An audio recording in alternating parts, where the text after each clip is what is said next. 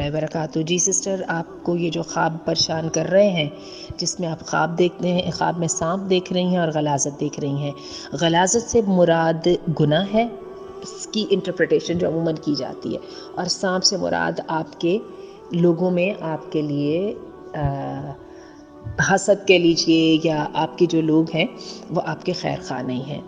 تو یہ ہے کہ آپ ایسا کیجئے کہ آپ اس کو بالکل اس طرح سے ٹریٹ کیجئے کہ آپ نے خاص طور پہ بتایا کہ نماز تو پڑھنی آپ کے لیے مشکل ہو جاتی ہے، بالکل آپ پر شیاطین کا اثر ہے، اور یہ خواب بھی انڈیکیٹ اسی طرف ہی کر رہے ہیں۔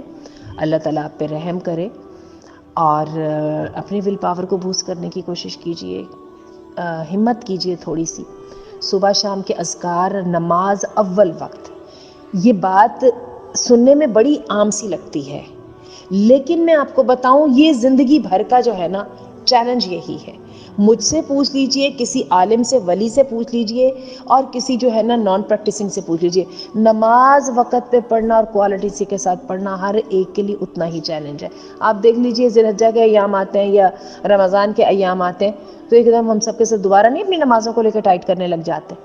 تو یہ ایک لائف لانگ ہمارا گول ہے، تو اس گول کے اوپر کیجئے، ورکنگ کیجئے، اللہ آپ کے لیے آسانی کرے گا، اور اس سے بڑا کوئی طریقہ نہیں ہے اپنے آپ کو مضبوط کرنے کا۔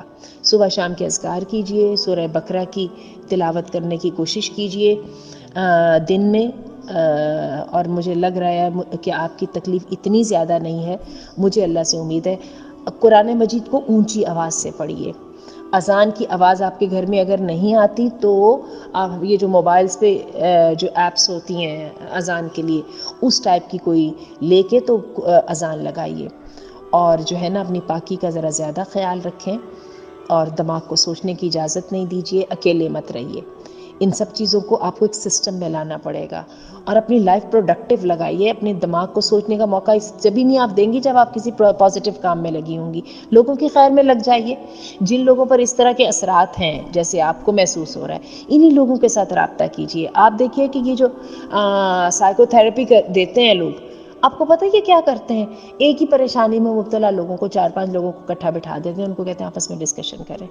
آپ کہتے ہیں مجھے یہ مسئلہ ہے، دوسرا کہتا ہے اچھا میں بتاتا ہوں، اس میں میں نے یہ کر کے دیکھا تھا، میرا یہ بہتر ہو گیا تھا، دوسرا کہتا ہے کہ میرا یہ، یعنی سارے مل کے، اور سب سے بڑھ کے سب کے سب اسی پریشانی میں جو کہ مبتلا ہوتے ہیں، تو وہ کیا ہوتا ہے، وہ آپ کی حالت کو بھی سمجھتے ہیں، اور آپ کے ساتھ وہ واقعتاً جو ہے نا یعنی آپ کے لیے انڈرسٹینڈنگ ڈیولپ ہوتی ہے۔ اور یہ کہ ایک دوسرے کے لیے دعا کیجئے۔ جب آپ دوسرے کے لیے دعا کرتے ہیں تو آپ کے دل کے اندر وہ والی طاقت آپ کو ملتی ہے جو آپ کو حوصلہ دیتی ہے، حوصلے کے ساتھ ان چیزوں پر قابو پانے کے لیے۔ اللہ آپ کے لیے آسانی کر دے۔